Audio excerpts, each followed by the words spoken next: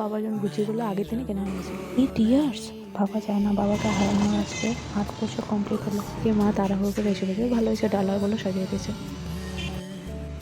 पापा मेरे तुमसे बड़ा बोलो कोई विधाता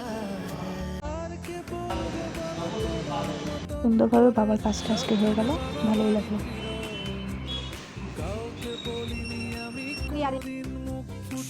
আসলে তুমি আমার হিরো। কি করছে ধরবে পারে নাই?